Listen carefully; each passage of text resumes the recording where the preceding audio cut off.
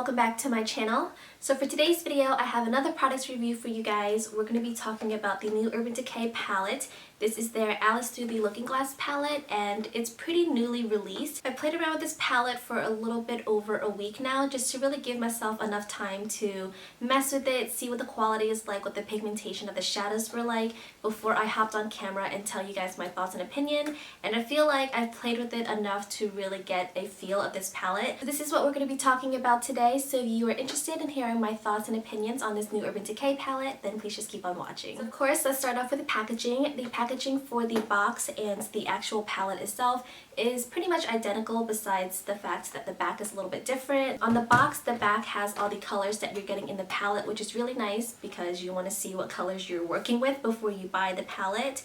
But I love the packaging. It's very whimsical, very Disney-esque, and I really like it. It's a very cute theme. So again, this is what the actual eyeshadow palette looks like. It's the same packaging as the box. It's that floral print, butterfly print, kaleidoscope themed all the way around, and I think it's really cute and really unique. So I love the look of this palette, but the actual packaging itself is just horrendous to me. This is definitely not your travel-friendly palette, so even though if you love the colors and the actual look of this palette, I mean, this is super hard to travel around with. I tried putting this whole thing in my Z palette or one of my MAC palettes just to see if it will fit so you can carry it around if you're traveling, but it's so thick and so bulky that it doesn't fit into any of my palettes. So as cute as the packaging is, it's just not travel friendly. The box itself is really bulky and heavy. It's actually quite heavy in weight, which makes it even less travel friendly than if it were bulky and lightweighted, but it's heavy. So when you open the palette up, you get a really nice quality mirror. It's not a huge mirror,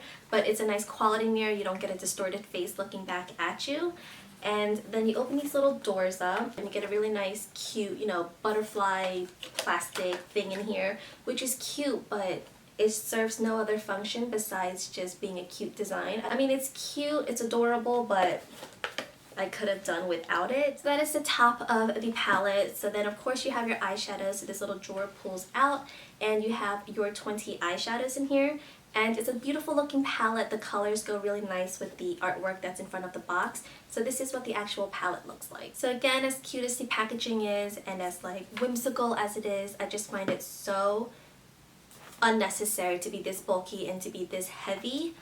So that's just my little rant on the packaging for this palette. So let's zoom you guys in and do some close-up swatches. I am of course going to be describing every color for you that's in this palette, just so we know what we're working with when you're buying this palette, what kind of finishes you're getting, if it's pigmented or not, if some of the colors are chalky or dusty. So I'm going to give you all that information so you know exactly what you're getting from this palette before you decide to put your money and invest into this palette or decide to just skip it altogether. So let's zoom in and do some swatches. So the first color is called Looking Glass, and it's a really pretty light pink with like a really soft frosted finish. It has okay color payoff, it's smooth in texture, and it's a little dusty, but you don't get any major fallout when you're applying this on your eyes because it is such a light color. The next color is called Hatter, and it's a bright green. It kind of reminds me of like a grassy green. It has a lot of warm undertones, so it's really beautiful, and it has this light satin shimmer to it. And this color is actually kind of disappointing because it's so beautiful in the pan, but once you apply it to your eyes, it really shears out, so it's not my favorite color. I wish it were more pigmented. It would be a really great pop of color for the summer, but because it is so sheer, I just really can't work with it. Next we have Lilli, which is a really pretty iridescent kind of beigey pink color. Again, it has a lot of warm undertones, so it looks really pretty on the eyes. The next color we have is called Heads Will Roll, and this is another really disappointing color for me. It's this beautiful blue teal with a lot of cool undertones to it with really pretty golden sparkles. But once you apply it to your eyelids or even swatch it, the sparkle gets lost and you don't really get any kind of shimmer that's so beautiful in the pan. It's another disappointing color for me that I wish were more opaque because it is a beautiful mermaid teal in the pan. Just unfortunately, it is so sheer once you apply it to your skin. And the last color in this first row is called Time, and it's a medium black with a lot of cool undertones to it. There's really pretty like navy and purple and teal micro shimmers that gives it a lighter blue color. I actually really love this color because it is so unique. It looks really dark and just cloudy and muddy in the pan, but once you apply it onto your lids, it's a beautiful outer crease color. This is actually what I have in my outer crease, blended right into my crease just a little bit to smoke out my eye look. The first color in the second row is called Reflection, and this is a light medium peach with a lot of warm undertones, and this is a completely matte finish shadow. I think this is a beautiful color. So next we have Gone Mad. Again, another really disappointing color because it looks so beautiful in the pan. It looks like this rich purple plum color with a lot of like maroon golden sparkles.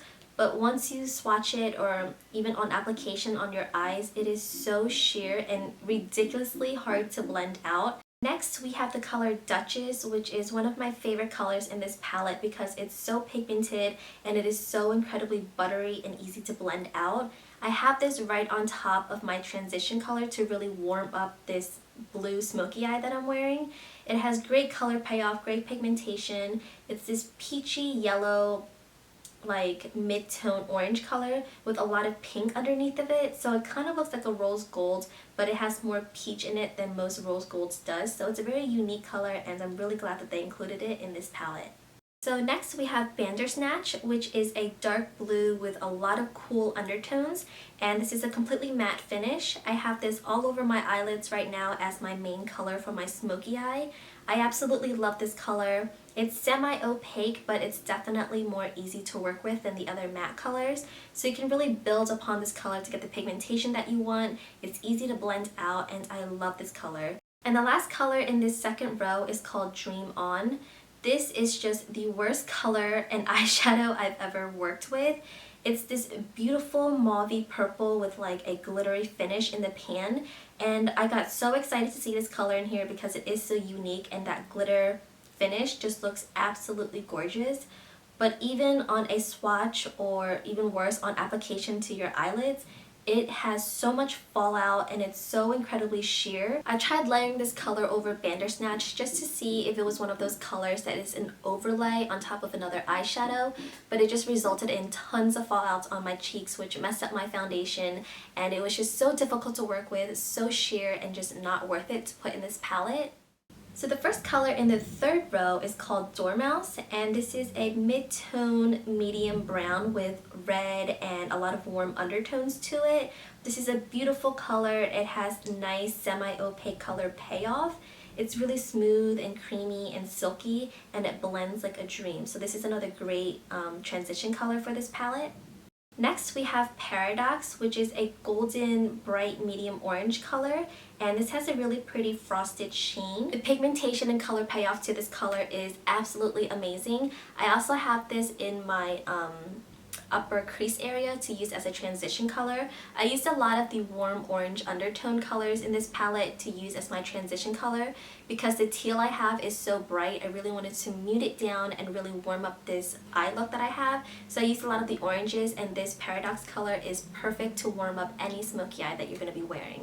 Next we have Kingdom, which is another beautiful, beautiful color. This one is a medium dark brown with like a lot of warm and rosy undertones, which makes it really unique in color. This one is a little bit frosty in its finish. It has really great pigmentation and color payoff, and it's really soft and finely milled, which made it really easy to blend out, and it was so smooth to apply on my lids. I absolutely love this color for like the base of a smoky eye. Thousand Grum is another beautiful, unique color. This is a medium red / coppery undertone frosted finish color. It's so unique. It's definitely something that I don't have in my makeup collection, so I'm really glad they included it in this palette. It's great pigmentation, great color payoff, and it is so dense and finely milled that blending this color out takes no effort at all. So this color is another great, beautiful color for this palette. And the last color in this row is called Chronosphere. This is another beautiful pigmented frosty satin color. This is like a very kind of muddy muted brown color with a lot of bronze undertones to it, and it's beautiful. It has great pigmentation and it also blended out really easily. So the third row in this palette is definitely by far my favorite one because every single color in this row is completely pigmented, easy to blend out, really easy to work with. And also the colors are very unique. I don't have most of these colors in my collection, like Paradox and Salazan Grum as well as Kingdom. They're all very unique and just different but still neutral and muted enough to wear every single day for a smoky eye. So the first color in the last row is called Metamorphosis, and this is a beautiful periwinkle blue with cool undertones. And it has a kind of satiny finish. As beautiful as this periwinkle is, it's also another disappointing color for me. It really shears out on your eyes. So next we have Cake, which is a medium dark kind of fuchsia pink color. This has a lot of great blue undertones to it, which makes it really unique. And it has a pearly finish, which is different from all the other finishes in this palette. It has good pigmentation, it's really soft and blendable. So as beautiful as this color is, I just don't think it's a wearable color for most people. I definitely can't wear it on my eyes. I tried wearing it and it just looks like I have a 3-day-old bruise on my eye, which is not flattering. So I don't know, I'm kind of iffy about this color. So next, this is beautiful kind of muted medium dark brown color called Chessboard. It has a lot of warm and almost yellow undertones to it. This is a completely matte finish and I really love this color to use as a transition color or to just darken out your outer crease for a more smoky look. It's really pigmented, it's really soft and really blendable on your skin, so this is a great color to have. So next we have Royal Flush, which is a bright peach color. This is beautiful, but you have to apply this with a damp or even wet brush to get the color and pigmentation to show up. I love this color used on a damp brush right in the corner of my eyes to use as my inner corner highlight. I think it's such a beautiful pop of color that's not a white frosty color that you normally wear in your inner corners, but it's really unique because it's like a bright peach color, so it adds a lot of attention to your inner corners, and because it is so peachy and warm and orange tone, it makes it a really unique inner corner highlight. And I really like it, but again, use it on a damp brush. And the last color we have in this palette is called Mirror, and this is a beautiful taupe color with a lot of gray and kind of brownish undertones. It has a nice pearly sheen to it, it has great pigmentation, and I really love this color. So those are all the shades that are in this eyeshadow palette. I think overall this is a really disappointing palette from Urban Decay. The colors are beautiful, but even as a whole, just looking at this palette, the colors are just okay. It's nothing special. Yes, you do have great pops of colors. When using brighter colors like these, you have to be really careful to make them look wearable. Otherwise, it just looks a little bit crazy for day-to-day wear. And if you're going to be spending $60 on a palette, I feel like you should be able to wear this palette every single day and be satisfied with it.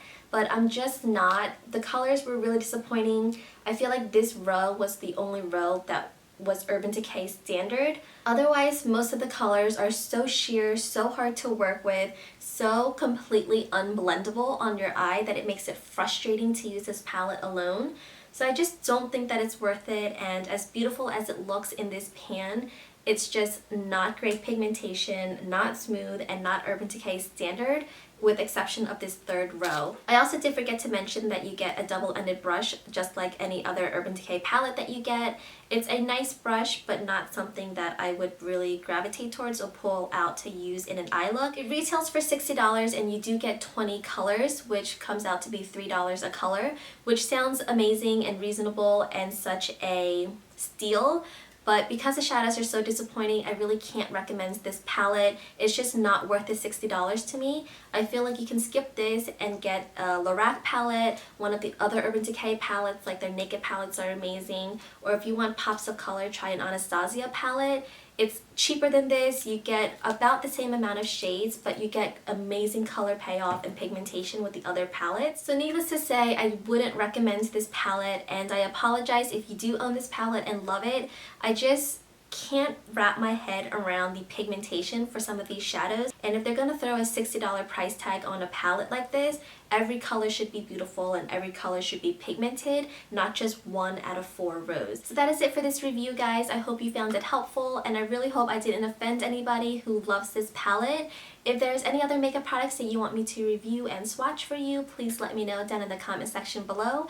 As always, thank you guys so much for watching, and I will see you next time. Bye, guys. So I like to just dab this on right at the highest points of my cheekbones and then push it back a little bit, and then I'll take my middle finger with no products on it and blend it out.